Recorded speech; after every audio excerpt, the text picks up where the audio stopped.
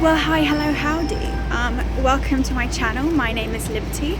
As you can see, I'm dashing about. Apologies that this isn't the usual sat down thing. I hope you can actually hear me.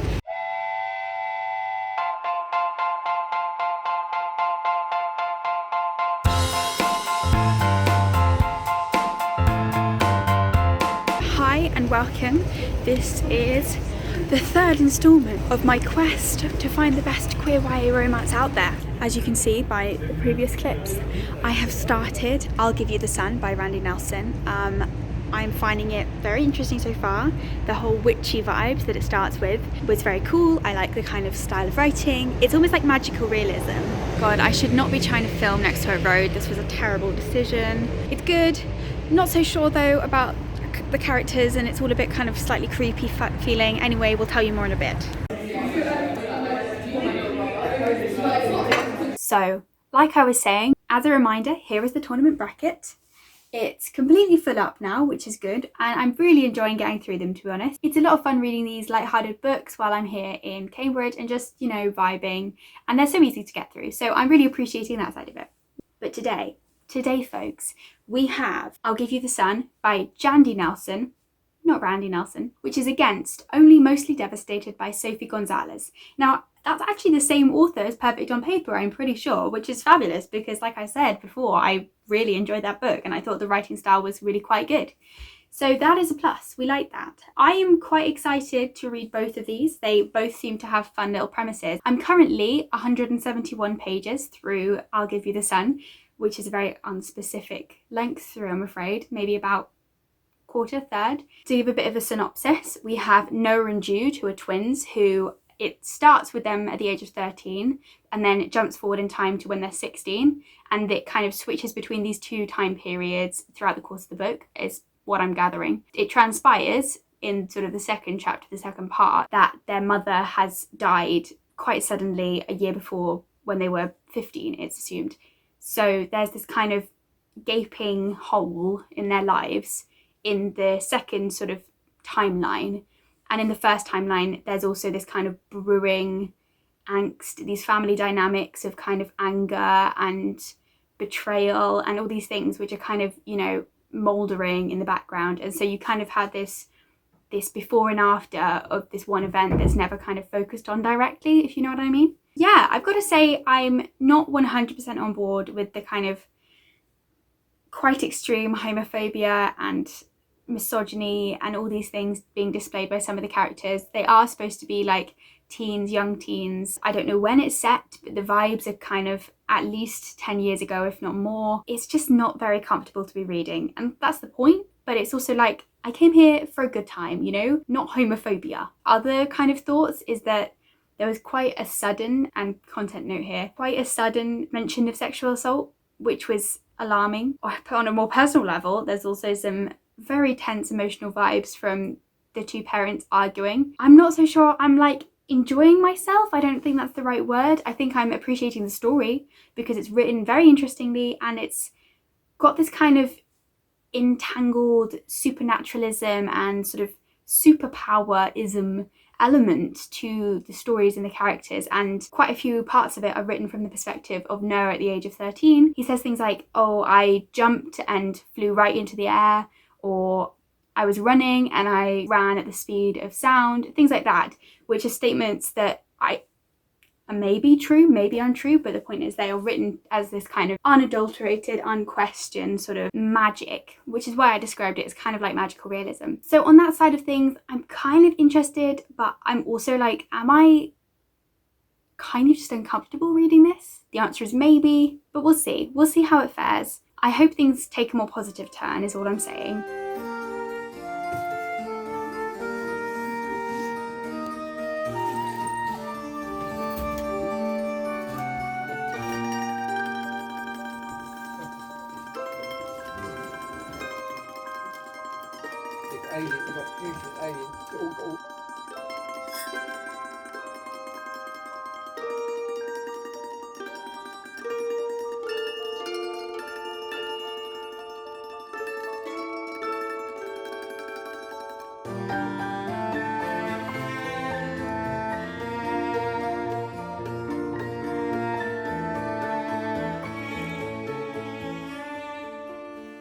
Well, hello, I have some updates.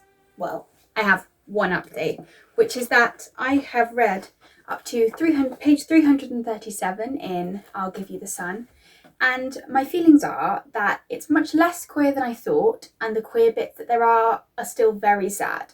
I think I might have misread the tag that the books are given on Storygraph, like when it says LGBTQIA+ and romance, I thought it was an LGBTQIA+ romance, but it turns out the romance and the gay are separate. Well, that's a little bit disappointing, and I don't really think it counts for the whole rating thing, which is unfortunate. So it's kind of disqualified as a contender on the tournament, but I'm still enjoying reading it, and I am still hoping for a happy ending, even if it's not actually going to happen, I'm sure. My other thoughts are, can all the men stop having extreme toxic masculinity problems, and or can people just like communicate to each other, please? Anyway, other thoughts include love the witchy vibes, really like Jude when she's the 16-year-old timeline, she's really cool in that. I'm really appreciating that whole dynamic. But again, there keeps just being really heavy stuff dropped in all of a sudden, like possible suicide attempts and sexual assault and just really dark stories. And it's like, it's just a lot. It's very emotionally burdensome and a very dark book, honestly. So I think it's beautiful. And I love the incorporation of art, like the incorporation of artists and art history and like motifs of colour and sound and kind of pictures as the story is being told. Love it, beautiful.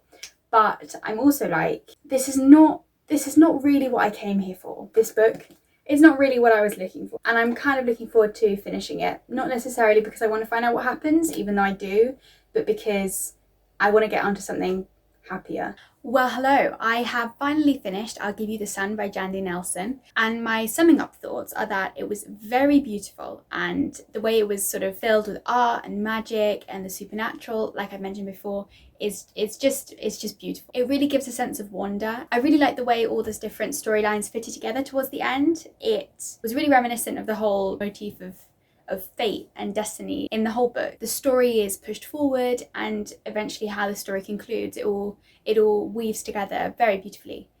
I really like the way that the characters develop. I really like especially Jude in her unearthing the trauma that she's buried and sort of working through it. Her emotional growth and mental growth are very carefully done, and I also appreciate that it's a happy ending to some extent, although I was a bit frustrated by the way that the parents kind of get off scot-free for the kind of horrifying parental tactics that they've been using, like the dad and his toxic masculinity towards the son Noah, the mum and her internalized misogyny towards the daughter Jude. The family dynamics of competition and sides it was just unhealthy, and there's not really any full discussion of that. There's no kind of working through of those issues. So I was a bit unhappy with that in terms of the ending. And also, it really wasn't a happy queer story in any way.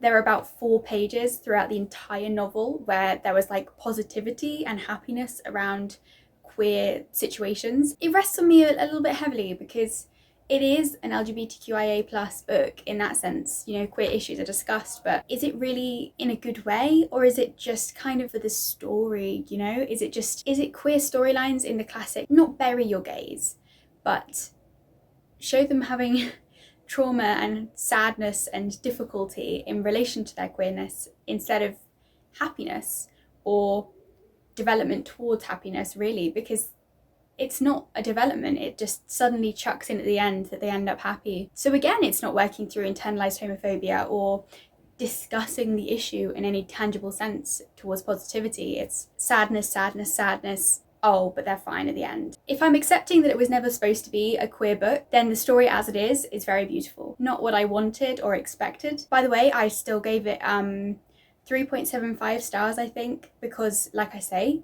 it was a very gorgeous book. But for all the reasons I've explained, it wasn't what I wanted, and it wasn't positive in much of a way at all. It was a very depressing book with very dark themes, so it wasn't totally for me. And up next, I'll be reading Only Mostly Devastated by Sophie Gonzalez. Now, I don't really know anything about this book either. I kind of keep going into these books with really not much to tell you in terms of the plot, because frankly, I don't know the plot. I'm going off vibes and the occasional tag or recommendations. So I'm not able to offer you much insight into what this book is about, except that apparently it's like a retelling of Greece with two boys. I will be honest with you, I hate Greece. I know that's sacrilegious, but it just really strikes me as an extremely toxic storyline, and the songs are bops, obviously, no one can deny that, but in terms of the actual story content, I am really not a fan. So I'll be interested to see how they both modernize it and adapt it to a queer story, and I really hope that they do it better than Greece does.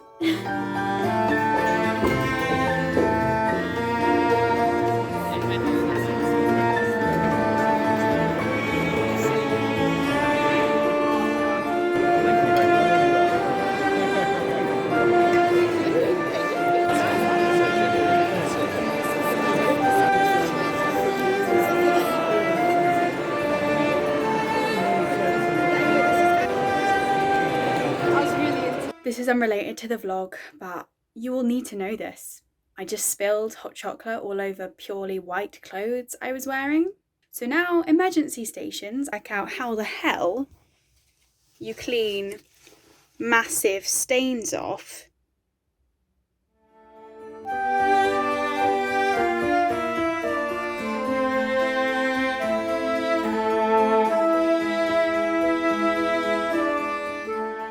Oh god, my fringe.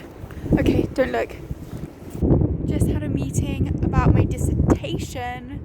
What? I mean, it wasn't actually really an official meeting, it wasn't anything super serious. It was just that I emailed my anthropology supervisor and was like, hello, could we just meet for coffee please, because I have some ideas, I know you're busy, please. And she was like, yeah, totally. Turns out while I am emailing her asking to meet so I can avoid doing my work, she is agreeing to meet in order to avoid doing her work. So relatable. Really want to do my dissertation and not my actual essays because it's not third year yet.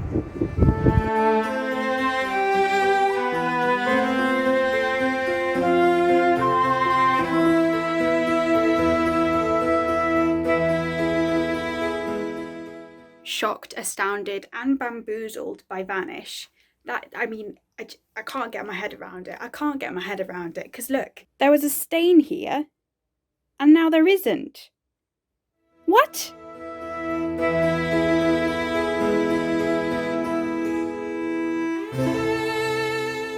Well, hello. I now have some updates on Only Mostly Devastated. I am 44% of the way through, and my thoughts so far are that it's a cute story, but it's also kind of not cute because at the end of the day, it's really just about like homophobia again. Why are both the books in this video kind of depressing? You know, I came for the happy queer content. Like, no one is rolling with the LGBT right now. I appreciate that this particularly is a very important story to be telling for queer youth because it's a story of someone who's in the closet and struggling to come out, and it's about another person on the outside of that wishing to be in a relationship but battling with the other's lack of security, and it's about homophobia in teenagers and how you deal with that in school settings, things like that. All important topics and like probably important to represent. But like I said, I don't want meaning right now. I just want happy. So I'm really hoping it pans out because there are some really cute moments. Like there are some cute friendships and I really like the main character Ollie, and I'm really appreciating the like subplot of grief and death, specifically for terminal illness, because there's a family member that kind of spurs this whole story on, I guess. Who is deteriorating during the novel. So interesting to read about, and it's interesting sort of seeing how grief plays out in all the different family members. Again, very important, but not happy. So I'm up nearly halfway, and so far I'm enjoying it, but I'm not enjoying it. Do you know what I mean? That's suspicious.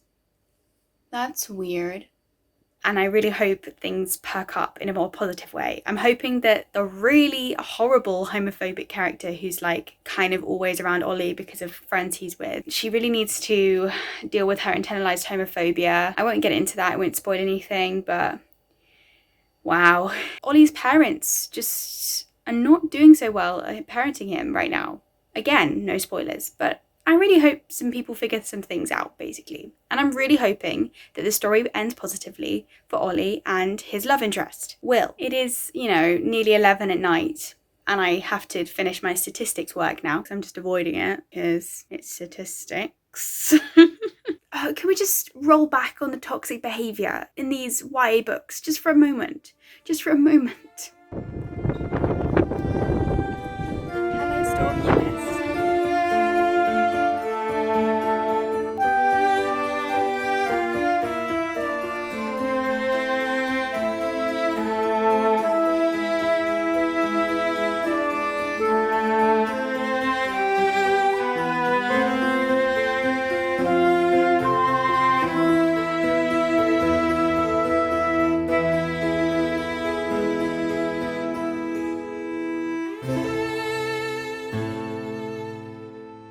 Well, hello folks. Only Mostly Devastated by Sophie Gonzalez. What did I think? Alright, but not my cup of tea. Because quite frankly, it made me quite uncomfortable in a lot of places, the book. And I ended up only giving it 3.5 stars because there was just so much homophobia and not even in a way that necessarily gets resolved. I was intrigued by the whole like Grease retelling thing. And then it kind of wasn't a Grease retelling and instead was kind of toxic.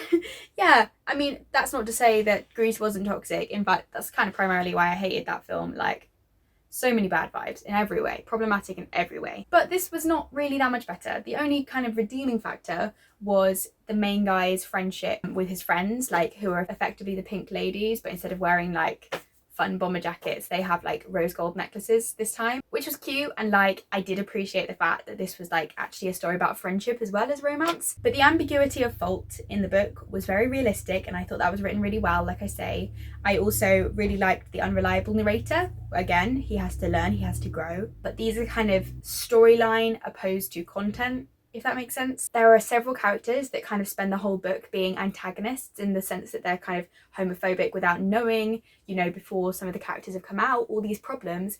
And then it doesn't ever get kind of addressed properly. They kind of say, oh yeah, you know, you were making homophobic jokes, how was I supposed to come out? And then that's it. There's no resolution, there's no character growth on the part of the ones who are being quite arseholey. For some reason, the main guy, who spent the entire book kind of being bullied by these guys, ends up being friends with them for no discernible reason. They are still misogynistic and homophobic and, you know, horrible people. And the main guy ends up friends with them, apparently, according to this book. I was just like, what are you doing? You must have more self-respect than thinking that it's okay, like, for these people to have done what they've done and you to just be like, oh, it's fine, because my boyfriend is friends with them, so, like, whatever. No.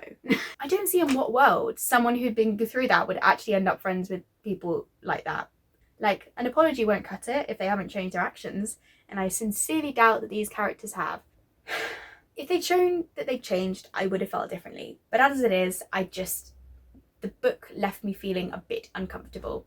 Quite uncomfortable. So those are all the negatives, but I have to say that there were some positives, which I really think are worth noting, because the reason I still gave it 3.5 stars is because actually the book was quite well plotted in the sense that it was reasonably well paced.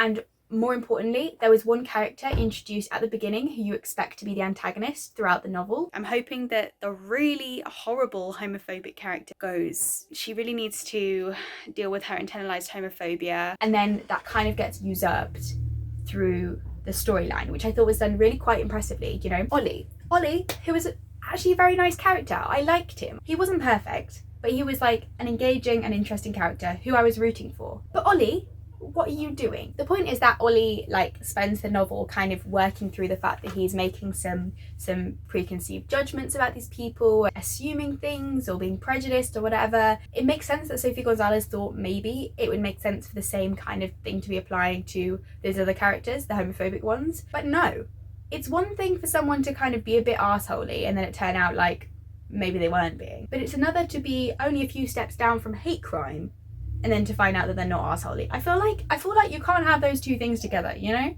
I didn't like it. In fact, if I think about it too much, I might actually drop the rating more. So I'm in a bit of a bind because, as you can see, I thought Only Mostly Devastated was all right and I kind of liked it. But then the other problem is that I'll Give You the Sun by Jandy Nelson, my comparison book, really I can't class as a queer romance. Like, it doesn't even kind of scrape in there. It really has to be forfeited, which means that the only winner here can be Only Mostly Devastated, which feels wrong, but here we are.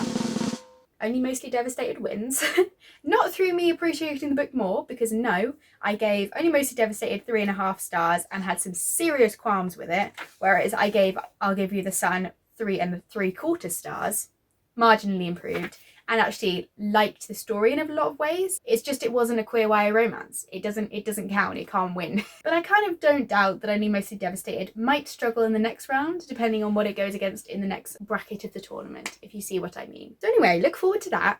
I look forward to Only Mostly Devastated being knocked down a peg, I'll be honest with you. So that's the play of the game. That's the luck of the draw, as they say. There's been at least one episode already where I was struggling to choose between the two. For example, episode number 2 with Song of Achilles versus Hani and Ishu's Guide to Fake Dating. Like, I just genuinely struggled to choose between those two. They were really both excellent in different ways. So if those two had been against the corresponding two in this episode rather than against each other, then things would have turned out very differently. Maybe the tournament in the end would be completely different, but that's just how it goes.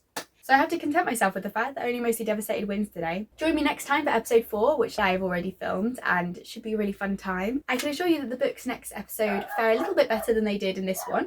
But thank you very much for joining me, and I really hope that you come again soon. Bye!